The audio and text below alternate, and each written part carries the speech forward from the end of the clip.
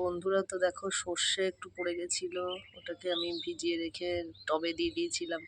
দেখো কেমন সর্ষে গাছ বেরিয়েছে।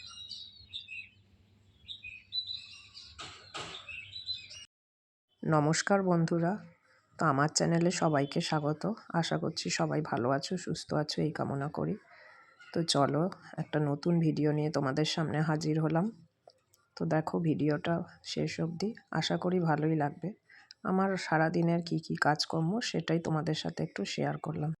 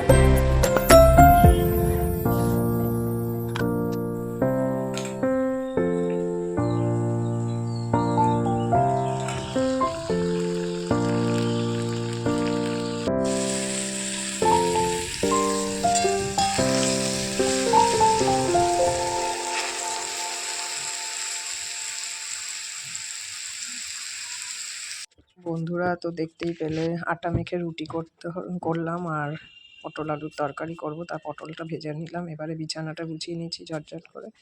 হাজব্যান্ড গেল বাথরুমে, তো আমি তখনই সুযোগ পেয়েছি, তো বিছানাটার চাদরটা ঝেড়ে নিচ্ছি। আর বাকি কাজ তো সকালেই সারা হয়ে গেছে সব। তো এই দেখো বিছানা ঝাড়া হয়ে গেছে, এবারে আমি বসিয়ে দেবো। একটুখানি দুধ ছিল, ছানা করব। দেখো হাফ কিলো দুধ ছিল, হাফ কিলো দুধের মধ্যে আমি দই দিয়ে এটাকে ছানা বানালাম। এরপর আমি এটাকে পনির বানাবো। তো দেখো ছানাটা হয়ে গেছে, দেখো সুন্দর ছানাটা হয়েছে। হাফ কিলো ছিল না, 400 গ্রাম ছিল।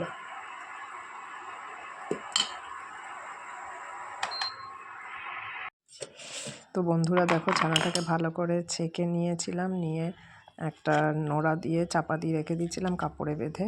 নিয়ে কী সুন্দর দেখো পনিরটা হয়ে গেছে। 1 ঘন্টার মতো চেপে রেখেছিলাম নোড়াটা দিয়ে থালায় বসিয়ে। এবার এটাকে পিস পিস করে কেটে নিচ্ছি। কী সুন্দর হয়েছে না, একদম সলিড হয়েছে পনিরটা।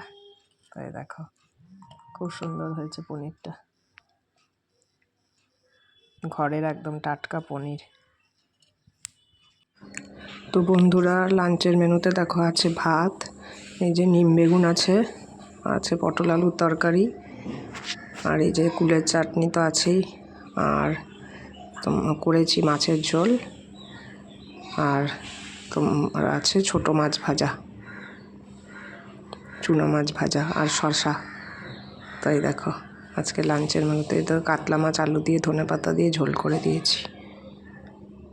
তো বন্ধুরা আজ ভিডিওটা এখানেই শেষ করছি। কাল আবার একটা নতুন ভিডিও নিয়ে তোমাদের সামনে হাজির হব। আশা করছি সবাই ভালো থাকবে, আর ভিডিওটা ভালো লাগলে লাইক, কমেন্ট, শেয়ার, সাবস্ক্রাইব করতে ভুলো না। টাটা বাই, সবাই ভালো থেকো।